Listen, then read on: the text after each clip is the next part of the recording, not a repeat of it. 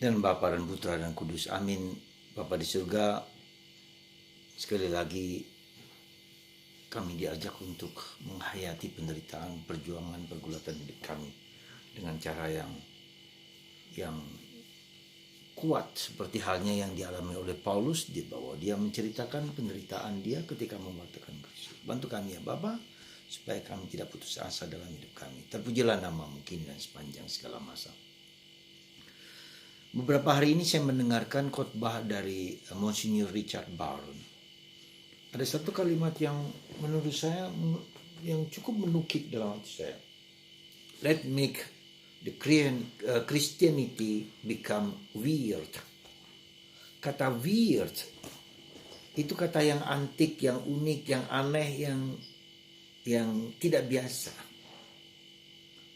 Dan itu kata-kata itu berasal dari seorang sejarawan namanya Tom Holland yang mengatakan bahwa ketika kekristenan itu pada awal mulanya yang kemudian ditolak karena dianggap weird, dianggap tidak biasa, dianggap aneh, yang menurut mereka mana mungkin Allah menjadi manusia, mana mungkin Allah mati di salib, mana mungkin Allah yang tidak biasa lahir dari seorang wanita perawan, ini kan weird gitu. Sehingga berapa abad pertama, kedua dan ketiga ditolak.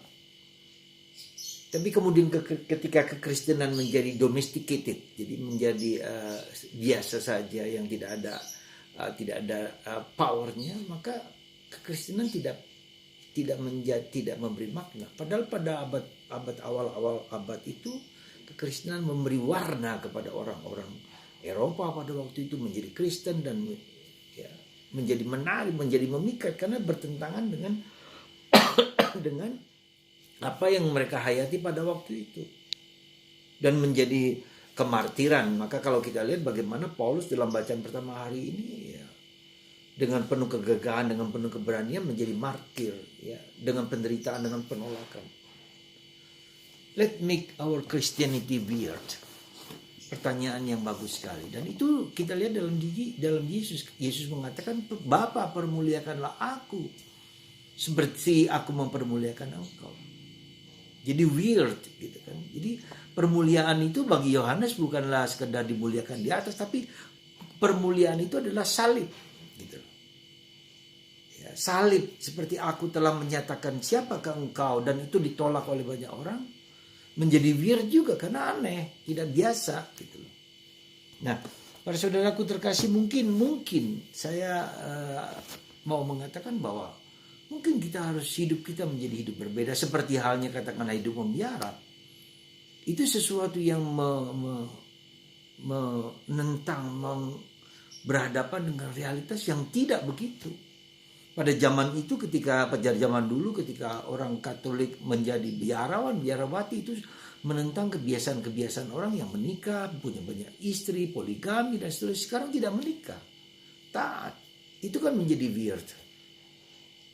Nah, para saudaraku terkasih dalam Kristus, mungkin kita tidak perlu menjadi aneh-aneh, tentu saja, tidak bermaksud aneh, tidak bermaksud sembrono, tetapi maksudnya adalah bahwa kita menjadi menghayati itu dengan sungguh-sungguh gitu.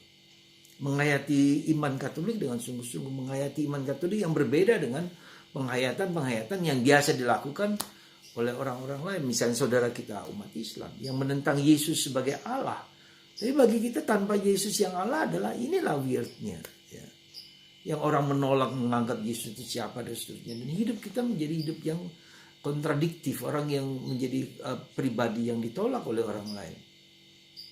Maka mari saudaraku terkasih, sekali lagi bukan weird, aneh, gila, bukan itu. Tetapi menurut feeling saya adalah kita menjadi pribadi yang sungguh-sungguh, yang hidup, yang berkarakter, yang berbeda dari orang lain dan tidak sama dengan orang lain.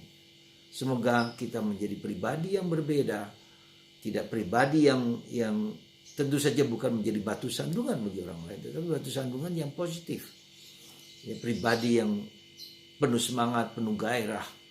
Ketika orang Katolik tidak penuh gairah, maka itu bukan orang Katolik, kata seorang pengkhotbah yang bagus, Jim Blowtown gitu kan. menjadi Katolik adalah menjadi pribadi yang berbeda, pribadi yang bermakna, pribadi yang membawa kegembiraan, sukacita bagi orang lain, pribadi yang hidup, pribadi yang menang, pribadi yang tak terkalahkan karena apapun juga, demi Kristus, untuk Kristus, bagi Kristus, dan itu membuat orang berbeda dengan yang lain. Mudah-mudahan Anda, saya, dan kita semua dapat menunjukkan perbedaan di dalam segala sesuatu. Kita menjadi kuat, menjadi tahan bantingan, dan tidak mudah putus asa. Tuhan memberkati Anda semua.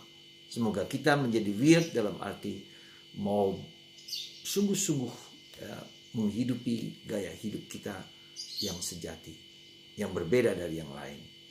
Bukan untuk gila, bukan untuk seenaknya, tetapi sungguh-sungguh berusaha. Dan untuk itu kita harus memiliki apa yang kita sebut flame of love, cinta yang membarakan Kristus. Ada cinta yang kuatkan Kristus.